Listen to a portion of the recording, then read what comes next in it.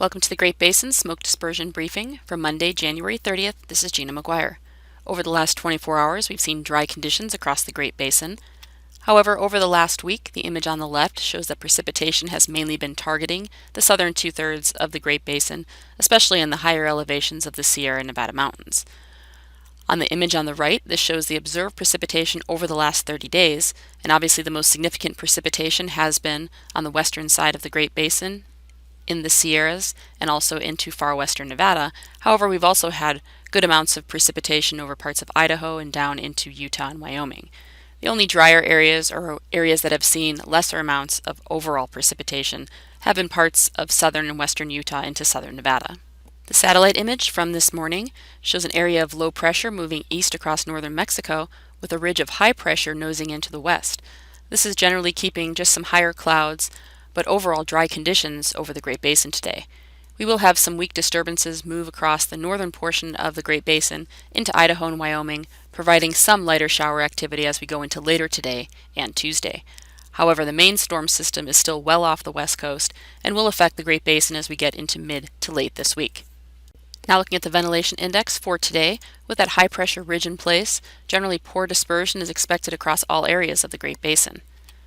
If we look at the individual components of the ventilation index, the transport winds on the left shows, as expected, under this ridge we would see light winds over at least the southern two-thirds of the area, with only some slightly gustier winds in parts of the Snake River Plain and up into western Wyoming. Also, mixing heights will remain relatively low across most areas, with the exception of parts of Wyoming into the central Idaho mountains, as this next weak upper-level system moves into that region.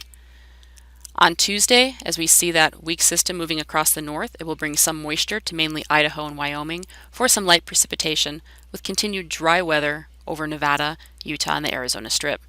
Also, dispersion will remain quite poor in all areas, with the exception of parts of western Wyoming and the central Idaho mountains, where winds will be slightly stronger as that system moves through. Transport winds for Tuesday on the left show again these gustier winds over those areas of Idaho and Wyoming, with again lighter wind flow over the rest of the Great Basin, although winds may be slightly stronger tomorrow than we'll see today, but still light across Nevada and Utah. Mixing heights again will remain very low over the southern half to two-thirds of the Great Basin and will be increasing in northern areas.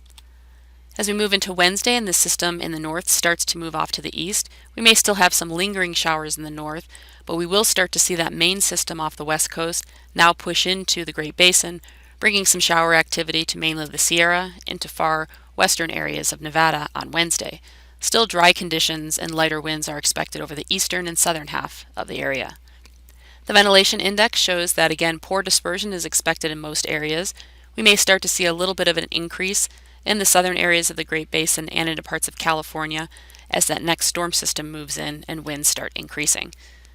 So on Wednesday, again, you can see those winds a little bit stronger in the Sierra and over parts of western and southern Nevada, and still somewhat gusty over parts of the central Idaho mountains into western Wyoming. But the remainder of the area really does remain under relatively light wind flow with poor mixing heights. Mixing heights will be increasing as that storm system moves in, and you can already see evidence of that on Wednesday in California into far western Nevada. If we look at the forecast clearing index for Utah over the next few days, you can see how these conditions will change as that system approaches, with very low clearing indices Monday and Tuesday, and we will see some improvement as we get into Wednesday. If we look at the overall forecast amount of precipitation for the next 3 days, which takes us through early Thursday morning, you can see that initial storm system later today and tomorrow up into Idaho and Wyoming, bringing over 3/4 or even over an inch of precipitation in some locations. Then the next storm system, as we get towards Wednesday and Thursday, starts to push into northern California, with still only light amounts of precipitation into western Nevada and the Sierra. But again, this only does go through mainly Wednesday night into early Thursday morning, so we will see those precipitation totals increase significantly as we go through Thursday and Friday. Now as we look towards Thursday, we see the storm system off the west coast continue to approach the area, bringing more significant amounts of precipitation to the Sierra and into northwest Nevada, with still showers continuing in the north. Dispersion will still remain quite poor over the northern two-thirds of the Great Basin, but will increase more significantly over southern Nevada into the Arizona Strip. By Friday, this storm system really progresses across the Great Basin, spreading precipitation over the northern half to two-thirds of the area, with the most significant amounts still over the Sierra and into the far west. Dispersion again will remain quite poor with the exception of the far south. As we move into Saturday, this system starts to push off to the east with a ridge of high pressure beginning to rebuild, bringing drier conditions to Nevada, Utah, and Arizona, and still some lingering showers to the far north. Also, ventilation indices will remain quite low, somewhat better over parts of the far south, but again, the better days for dispersion for the southern areas of the Great Basin will be Thursday and Friday. We also may see some slight improvement over parts of Idaho and Wyoming on Saturday. As we move into Sunday, we have yet another weaker feature moving across the area, possibly bringing some showers to parts of Nevada, Idaho, Wyoming, and Utah. Dispersion again will remain quite poor.